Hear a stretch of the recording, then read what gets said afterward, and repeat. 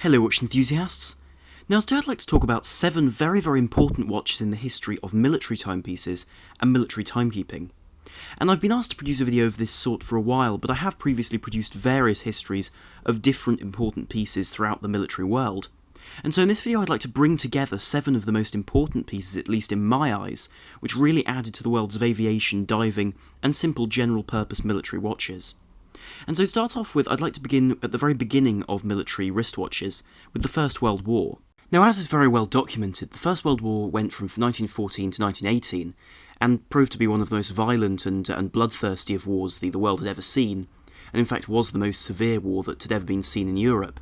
This was a war with millions of casualties, and of course that very well-known and well-documented concept of trench warfare, whereby both sides dug themselves into the ground and continued to fire at each other and deploy ammunition and artillery at each other over the top of these trenches. And this proved to be a very different style of warfare than what soldiers were trained to be able to cope with, whereby they'd previously been trained to deal with staged battles. And so due to this new type of combat, new technology had to emerge, and this came in the form of new types of timekeeping equipment, especially when a great deal of their advances were timed and held against the clock. And so it's unsurprising that wristwatches became more and more important in a style of combat where timekeeping and also ease of legibility were extremely important, and far more important than had been previously, where pocket watches were perfectly usable. And it should be noted that various options for soldiers were available at the time, and had been beforehand. Notably, Girard-Perregaux produced in 1880 a specific wrist-worn timepiece for the German Imperial Navy. And similarly, one saw campaign watches in the 1880s and 1890s produced for the British Army, which were water-resistant and also dust-proof, which were important characteristics of a modern watch. However, one also has to remember that in the period, wristwatches were primarily used by women, and as a result there was a certain amount of stigma surrounding a man wearing a wristwatch. And so in response to this newfound requirement for these wrist-mounted watches to be easily legible and usable, one saw a transition from the early parts of the war where a great deal of pocket watches which were never designed to be worn on the wrist had lugs, although not in the modern sense, soldered to the side of their cases. One then moved towards watches exclusively made for this purpose by the likes of Elgin, Waltham and Mappin and Webb. And the watches did vary quite significantly in terms of size, because early watches, which originally were pocket watches, were much larger, over the 40mm size, due to their original size in the pocket of a soldier. However, when they were produced exclusively for soldiers and to be worn on the wrist, the sizes dropped to between 30 and 34mm, a standard which would be kept for many years to come. But when one looked at the build of these watches, they really were still very similar to pocket watches. They featured onion crowns, albeit moved to the 3 o'clock position at this point, but one still saw hunter-style cases where they would pop open so you could access the movement, and the dials remained porcelain. Another rather rudimentary element of these watches was seen in the way the straps were attached to the case, because due to the fact that spring bars didn't exist at this point, one tended to have a leather strap which was wrapped through a loop and then stitched, or in many cases simply riveted together. And this makes changing straps very difficult for modern-day owners, albeit some manufacturers do still make straps for these, and so shows a very different approach to the way these watches were to be worn, whilst one also saw early bund-style straps where one saw a piece of leather underneath the case back against the wrist.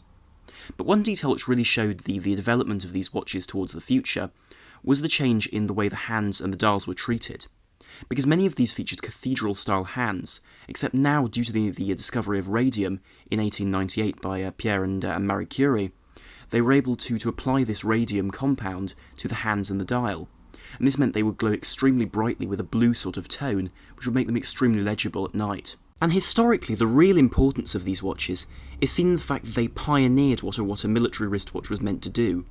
These showed the time extremely clearly thanks to their luminescence, and also their very clean and uncluttered dials, but also really moved watchmaking forward in a general sense in terms of wristwatches being wearable by men without any sort of social stigma around the point. And so in terms of their importance towards the world of wristwatches, it really is incredible to consider how important these pieces were. The next watches I'd like to speak about are hardly a surprising example, but they're Panerai dive watches in the 1930s and 40s. And the reason why I find these so important is because they mark the beginning of military dive watches and underwater applications for watches by the armed forces. And to give some background, Panerai found itself under the direction of Guido Panerai in the early 20th century, and he was the grandson of Panerai's founder, and of course Panerai was based in Florence and was already a brand which worked a great deal with the Italian Royal Navy, and provided mine triggers and underwater compasses at this point. However, in the mid-1930s, as they assembled an elite diving force, which I'll talk about a little bit later, they needed a dive watch, and so Panerai offered to produce these watches, and worked with Rolex in the process. Because Rolex was Panerai's movement supplier, and so they provided them with the general base for the watches, with the manually wound movements that went into them. But they were modified exclusively for this application by Panerai, with welded lugs in a similar way to those trench watches, custom black dials, and plexiglass crystals which were designed to be more resilient. They also had thicker bezels as well, in order to increase the water resistance. But in terms of their general design, early on they remained very simple and very similar to older watches, with an onion crown and very delicate forms. And when the Radiomir, this first watch from Panerai, was released in 1938 after being made in pre-production in 1936, it used a compound of radium, which was a mix of zinc sulfate, radium bromide, and mesothorium, in terms of a compound which would create a very bright but extremely long-lasting glowing effect on the dial. And of course, being radium-based, it has an extremely long half-life, and thus will glow for a very long time, though the health effects of this style of application weren't fully understood at the time. The development of these watches, though, didn't stop here, because in 1940, the Italian Navy stipulated that Panerai should change their lugs from these wire-style lugs to far more resilient cast lugs from the rest of the case. And these formed what we would now view as the Radiomir 1940, with these more robust lugs and slightly less protruding crown. Similarly, they formed further advances in 1949 when they produced Radiomir, which was their tritium-based luminous compound, which was an alternative to their earlier radium-based compound. And so this really spawns the Radiomir concept of dive watch, which was a post-war design, and by 1956 they'd adopted that famous crown guard, which protects the crown with a lever, which holds it down. However, in many ways it's the applications these watches received that make them so interesting. Because these watches were designed for the Decima Flottiglia Mezzi d'Assalto, which, despite my appalling pronunciation of Italian, was the elite underwater attack force, which was produced and indeed comprised a great deal of divers who used effectively manned torpedoes, albeit not live ones, from which they would distribute mines onto ships. And this was very famously done in Alexandria, in the port of Alexandria, in fact, in December 1941, where several British battleships were sunk as a result of this technique. One should also note as well that these watches weren't only used by the Italian Navy, because the German Navy during the period gave it to their Kampfschwimmer divisions of attack divers.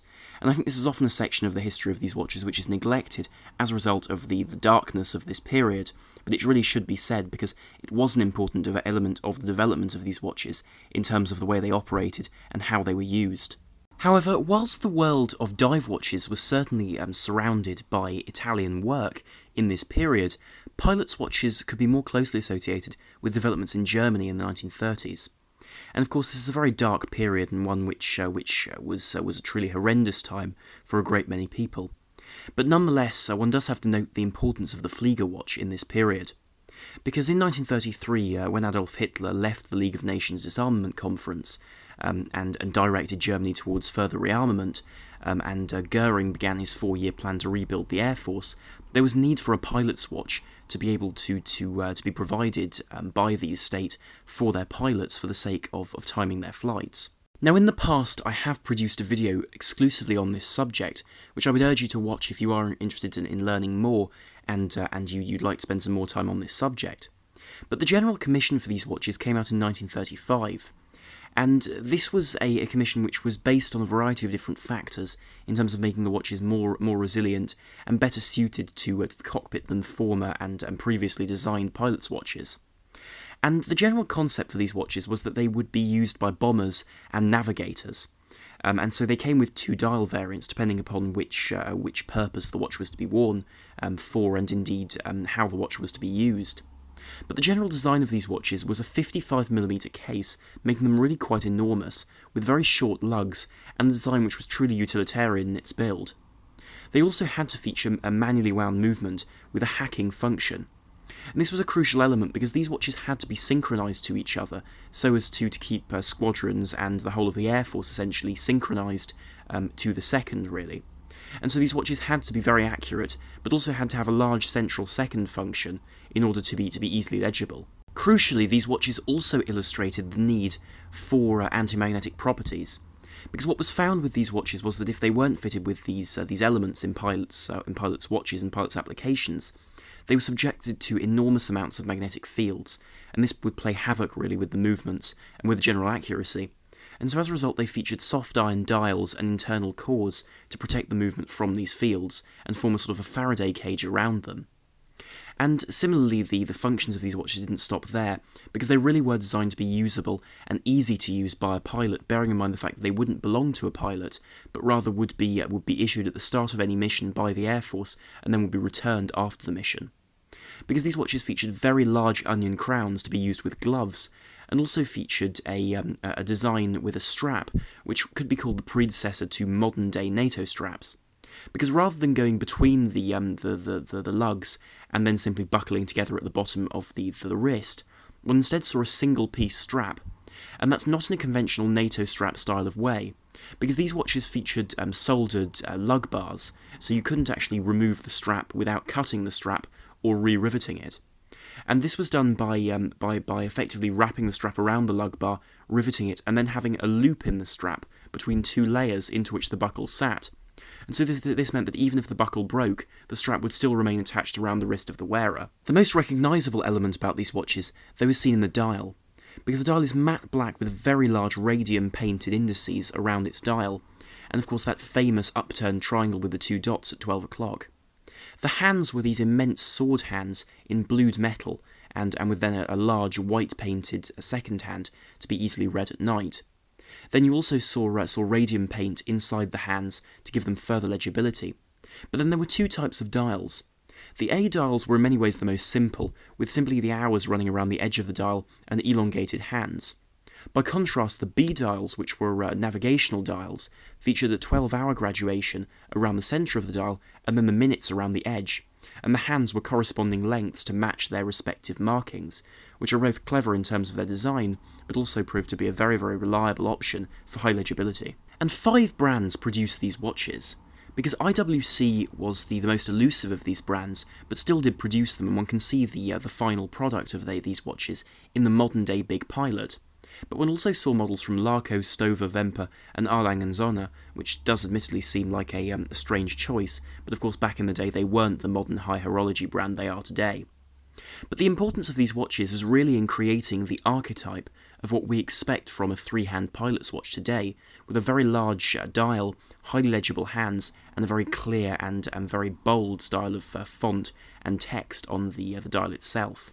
On the Allied side of the Second World War, one can also see a variety of very interesting, but also incredibly influential watches, which in my eyes changed the way aviation watches, and also general multi-purpose military watches were produced. And these are the watches which are referred to as the Dirty Dozen watches. And the reason for this is because, of course, 12 of these were made by different brands, but also because there was a film in the 60s which indeed these watches got their name from.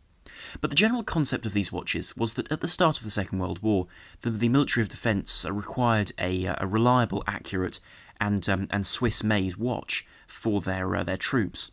And the reason for this was because Britain, whilst it did have a watchmaking industry, was in no position to be able to give the necessary manpower to making watches for their armed forces, when they could instead be making weapons, bullets, bombs, and guns. And so they went to a number of brands for the production of these watches. And the brands that were eventually chosen were Vertex, Buren, Eterna, Cyma, Record, Timor, IWC, Longines, Lemania, Grana, JLC, and of course Omega.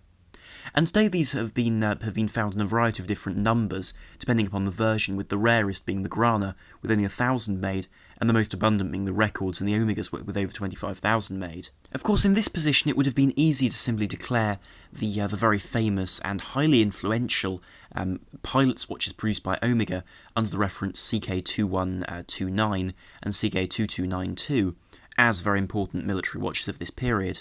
But I feel for their widespread importance, these watches really do pip them in terms of the importance they held.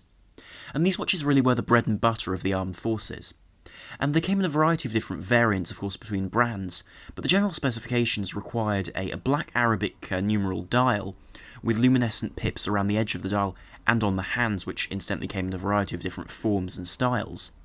They also needed to have a railroad-style minute track around the edge of the dial for ease of legibility, and a shatterproof crystal, which in the time would have been some sort of plastic or acrylic. Likewise, they did need a movement and a case which was shockproof and water-resistant, in addition to being dust-resistant, which were all important characteristics, bearing in mind the various theatres of battle seen during the war. And inside they needed something that was simple but reliable, and so they asked for a 15-jewel manually wound movement between 11.75 lines and 13 lines, which had to be timed and certified in terms of its timekeeping, to of course keep time with the manoeuvres that were performed by the armed forces. Due to the period, these watches all featured small seconds as well, but really that's where the similarities end, because the sizes of these watches varied from brand to brand, from 35mm up to 38mm in larger cases. One also saw a variety of different materials used, with some alloys but generally chromed base metal and stainless steel being the preferred options, and of course today, if you're going to buy one of these, I would recommend going for a stainless option. They also came with a variety of different casebacks, some being snap-on casebacks, but more usually screw-on casebacks, in order to make them easier to be water-resistant. And as can be seen by the condition of the vast majority of these watches today, they really were beaten around and repaired as best they could be by the armed forces, because they were generally repaired and maintained by the Corps of Royal Electric and Mechanical Engineers. And whilst this certainly meant that the watches were extremely well maintained, because what one always finds as well with military equipment and vehicles is they're always the best maintained one can find. But with the watches, originality was of course not the important factor, and so these watches tended to be repaired with stock hands, stock dials, and they tended to be reloomed or adjusted over time to fit the new specifications. But certainly these played an extremely large role in terms of being very reliable, very practical, but also truly the benchmark for what a military watch had to be.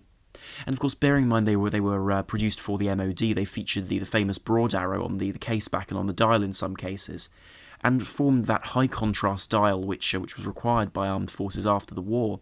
And they also formed the basis for watches like the IWC famous Mark 11 pilot's watch with their black dial, and also the pilot's watch is also made by JLC for the Air Force in similar years. And so these watches certainly deserve a place on this list, because they did form the backbone of what we now expect from military watches, with shock resistance, water resistance, and a general resilience to the elements, whilst also having a no-nonsense and highly legible dial, which one still sees elements of in modern-day field watches, but also modern-day military watches. And whilst of course these pieces are now collectible, they did help one of the world's most striking struggles of the Allies against the Nazis essentially during the war. And so one really can trace a very important part of history back to these watches, especially because of their widespread use as general daily timekeepers for these soldiers. And so whilst the late 1930s and 40s created the really iconic concept of what we would view as a field watch, I feel that the design which most characterised the world of military pilots' watches came in the 1950s. And this was as a result of the Second World War and also a few involvements of the French Air Force, and so you can likely guess which watch I'm looking at now. But the origins of the Type 20 style of pilot's watch, a theme which I've spoken about in a standalone video, and which I'll link to this video if you want to learn more, begins really in the 1930s, when Hanharter, a very famous German chronograph brand, produced pilot's watches that were then used by the German Air Force. And these had characteristics which are both recognisable, but also remarkably striking in terms of their comparison to other watches of the era, with dark dials, luminescent hands in the form of cathedral hands, and also a rotating bezel, which admittedly was quite simple, but still provided a great deal of help to a pilot using a chronograph in tandem with other timing. And so at the end of the war, when France took various areas of Germany, such as the Black Forest, they ended up taking Hanhart and a great deal of their movements and their cases in order to produce their own pilot's watches. However, it was really in 1954 that they came up with their own design and their own reference to designate these new watches. And the designation was Type 20, because the Type series of timing instruments originated from cockpit clocks such as the Type 11. However, by the Type 20 these were purely wristwatches, and thus were designed to be chronographs for their pilots. And the specifications laid out several requirements for these watches to be suitable for their pilots' needs. Firstly, the cases of these watches had to be approximately 38mm, and these are seen throughout the various brands and their pieces produced under this specification, where they range from 37 all the way up to 39mm, and larger in some cases. They also had to feature a bidirectionally rotating bezel, as well as a chronograph movement and a black dial. And the black dial was for contrast, really, to be highly legible, and followed on from Hanhart's design. But the movement, interestingly, had to be manually wound and a flyback chronograph movement. And this meant that when you pressed the chronograph pusher, you could start the chronograph, but by pressing the reset pusher, you could also restart it immediately, thus making it more helpful for a pilot trying to time various pieces of navigation in short succession. There was also a set on the accuracy which had to be accurate to less than 8 seconds a day, whilst a 35-hour or more power reserve was required, and the ability to be used at least 300 times before servicing. The material chosen for the cases was also quite variable. Of course, the vast majority of these watches came with stainless steel cases to be most resilient in a military environment, and of course bearing in mind that whilst a lot of less expensive watches in that period were plated, these were designed to be used by the government, and so as a result no expense was spared where the case was concerned. And so one sees them in stainless steel, but in smaller numbers some chromed copper models, or even aluminium and gold in the case of some rare examples. But in terms of the use of these watches, they were really produced for the Armée de l'Air, being the Air Force, the Marine Nationale, the Navy, in addition to the Centre d'Essai en Vol, which was effectively the military aviation testing facility of the French Air Force. And quite a large number of brands ended up producing these, but really 4 were the brands that stuck and had the greatest impact in terms of the number of watches they produced. And these were Wichser, Auricos, Dodane, and of course Breguet. And whilst Breguet is the most well-remembered model, I feel the models from the 3 other brands are also important, because for example Dodane produced a great deal of timing instruments for the Air Force beforehand, such as the Type 11 and Type 12 cockpit chronographs. And so their watches in fact were the most prolifically made, with several thousand produced, and in fact these were used for many years after this stage, because they adhered to several changes in the design and continued to supply the Air Force whilst others raised their prices. But then one had brands like Wichser, for instance, where they used Hanhart movements, and so really by the late 1950s and early 60s, there wasn't a parts supply that would allow them to adhere to new specifications with a great deal of ease, which is why one tends to look to Dodane and Breguet for the greatest history where these watches were concerned. And aside from the Hanhart movements used in the Wichsers, really the other 2 movements and movement manufacturers in various variants that were used were Lemania on a smaller scale and Valjoux on a larger scale, with movements such as the Valjoux 222 and the 235 being very common pieces to be used in these watches. But there was one change which I think really created the image of what we expect from these watches today, which was the revision of the design in 1956, and it should be noted that not all brands adhered to this. Really the only brand that fully adhered to it was Dodane, which was the Type 21. And here they had to have a fully numbered bezel, and this also was designed to be backward graduated, so you could use it as a countdown bezel for the hours, whilst the chronographs tended to only show minutes, as opposed to a full hour indicator. They also needed to be more reliable and more robust, and so as a result, of course, those Hanhart movements were no longer suitable. But indeed, these models were designed to be somewhat more versatile, and just a general revision of the concept. And so really they created the design we expect today, with the numbers on the bezel, the very distinctive style of 15-minute counter on the subdial in the case of some rare models, or 30 minutes on others. And so the beauty of these watches really is they've created the typical design which has gone on to be the design used by brands such as Zinn, for instance, in their modern pilot's watches. And quite crucially, this is the design which has remained the same in terms of its general concept to the greatest degree amongst all the watches in this video, which makes it a very interesting point and a very interesting design to consider and one to really be remembered. But as I've said, if you are interested in learning a bit more about these watches in more detail, then do take a look at my video specifically on the subject, because there really is an enormous amount to be said about these watches, and they really do have such a rich and very varied history, which is simply too long for this video. The final 2 military watches in this video, though, do mark the rise of the military dive watch, which is arguably the most successful of military watches in terms of the breadth of the production, and also the breadth of the application for these watches, in addition to the design, which has lent to a great deal of civilian watches as well, and in many ways has had the greatest impact on the most watches. To understand the origins of the groundbreaking Blancpain 50-Fathoms, one has to look to 1952, because this year the French Navy decided to create a military diving unit with the use of scuba equipment and the aqualung. And this was founded by Captain Robert Bob Maloubier, who was a French Secret Service agent who's become rather well known, and Lieutenant Claude Riffaut of the French Navy. But they need a number of pieces of equipment for their divers to be given to be usable underwater and to be able to time their dives, because of course, bearing in mind they'd be performing very risky and complicated operations, they needed accurate timekeeping. And so they went to a number of watch brands and companies for the potential of producing a watch under their specifications. But ultimately it was Jean-Jacques Fichte, the CEO of Blancpain, who agreed to produce the watch. And the reason for this, of course, is because Fichte was a diver himself.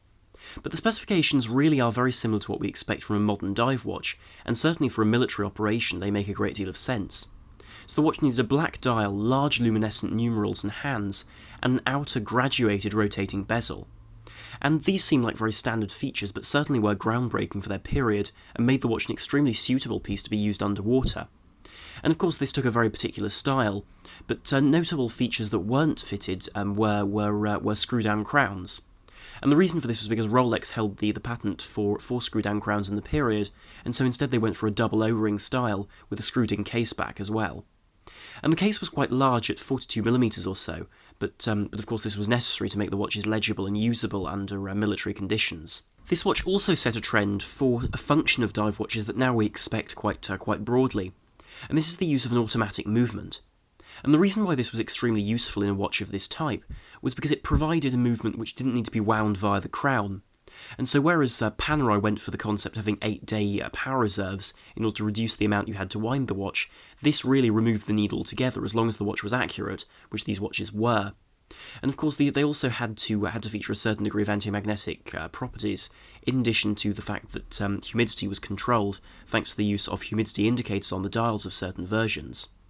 And of course there's the name then, 50 fathoms, which equates to 91.45 metres, which was the standard accepted depth for the maximum depth a diver could go in the period using compressed air. Of course, whilst it's difficult to tell because nowadays these watches are very much luxury items with very few of the original concepts that were considered to be important for the original, these watches really were viewed as tools and as equipment. And this was in a similar way to the fact that Doxa dive watches were used and sold as dive equipment by the Aqualung company. But where these watches were concerned, the US Navy was also interested in purchasing a number of these for their use. But due to the specifications of the fact that a certain amount of the watch had to be made in America, they went through a process of working with Alan Tornek, and he was a watch seller in the US. And as a result of his cooperation, they produced the Blancpain Tornek dials and Rayville Tornek dials, which now have become the recognised dial prints for the American-produced ones because they were produced under a different name. And so, of course, these watches have taken a great deal of variation into their design, all the way through the 1980s even, where they were still being used by the likes of the German Navy, which had a very specific style for theirs with a 4 o'clock crown, in a Squale-esque style of case. In fact, Squale was one of their case manufacturers. These watches to 200 metres and had the famous black bezel, where the whole bezel was black with simply one luminous marking at the 12 o'clock position. But of course, these did trickle down into general watches used by the general public. And this is where one sees versions with no rad dials, where one had the radioactive symbol crossed out on the dial to demonstrate the fact that they didn't feature highly radioactive radium dials, and instead used tritium, which was perceived as not harmful. And so really this is an interesting watch in terms of providing something which is really the benchmark for what we now consider to be a dive watch or a military dive watch. Now the final watch in this video is the most collectible of the pieces I've shown so far, and the one which is the most valuable. But in many ways this is the most recognised of military watches. And this is the Rolex Milsub, the famous military submariner from the 1950s and through to the 70s. Because this watch was originally conceived in 1957 upon a request from the Military of Defence for a Rolex to be used as the official timekeeping piece for the Royal Navy. And of course the existing reference which best fitted their specifications was the 6538. And the 6538 is the same as the James Bond Sean Connery era Submariner, incidentally, though several changes have been put into practice on the military version. And of course, bearing in mind that they had to have the highest water resistance, they did choose the big crown, which is the most iconic. But they made a few quite major changes to these watches. So for a start, the reference changed to A/6538, which again referenced the fact that these were not for sale to the general public. Amongst the rather crucial changes made to these watches, the most immediately noticeable are the fixed bars between the lugs, and these meant that you weren't able to fit a strap or metal bracelet, but instead you had to use a single-piece style of material strap, or rather type of pass-through strap, meaning they were more difficult to lose, indeed, in terms of breaking a bar, but also in terms of having a single-piece strap, so if you did break a bar, it would still remain on the wrist. The watches also featured an enlarged bezel, with a far easier grip, which is more similar to a modern Rolex Submariner bezel, and the later references than to the existing contemporary versions, with a very fine coin edge. These were also made of silver in order to ensure that they would deform upon impact, as opposed to cracking, which would have been a real concern. They also featured a style of tritium dial, often with a large T above the depth rating, though this isn't always seen. But many of these watches also featured a style of Explorer dial instead of the Submariner dial, with the 3, 6 and 9, which are highly collectible in their own right, and so in this configuration are extremely collectible. And it should be noted they also used styles of Mercedes hands instead of later sword-style hands that were a key characteristic of these military submariners. Now, these watches were used for several purposes in the Royal Navy, but were usually used by divers. But they were used all across the board, from the deep-sea divers who would do mine-hunting tasks, all the way through to shallow water clearance divers, because these watches were suitable for both purposes, really with equal ease of use. But really in the mid-1960s to the late 1960s, one saw Omega producing watches for the Royal Navy instead of Rolex. And in that function they used the very famous Seamaster 300. And it was certainly a very suitable watch with a fully graduated bezel, very large luminescent sword hands, and in many ways was a superior watch to the Submariner 6538. However, in 1971, the Royal Navy decided to go back to Rolex, and there were several reasons for that. But one element of these facts was the fact that in shallow waters, because the Omegas used Naiad-style crowns, which were effectively compression crowns, so as the water pressure increased, so did the tightness of the seals, which meant that in shallow water, if used very vigorously, there was a risk of water penetration, which was certainly a problem. So they returned to Rolex in 1971 with a new version of the Submariner. And what Rolex created really was a hybrid between the 6538 and the elements that were so important on the Seamaster 300. So they updated the watch to their reference 5513, which was, in that period, their contemporary Rolex Submariner after the 5512, which, oddly enough, was probably a more competent watch, which was chronometer certified. But what this meant was that the watch now featured crown guards, and still retained no date, so it was a no-date timepiece. But in addition to fixed bars, as was the case with the original 6538, it took on several of the Seamaster 300's elements, such as the hands. And these hands grew enormously, with a very large luminous tritium plot on the hour hand in a style of diamond shape, in addition to a very, very heavily enlarged minute hand, which many people overlook, but in fact was much larger than the conventional hand, and featured a new shape to it in this sword style. And similarly, the second hand was also changed for a style of pointer end instead of the standard lollipop end, which was more legible. Then one featured a tritium T on the dial to say what the dial was painted with for military purposes, in addition to these large tritium markers around the edge of the dial in a conventional Submariner style. They did also feature the redesigned bezel, which was seen on later versions more exclusively.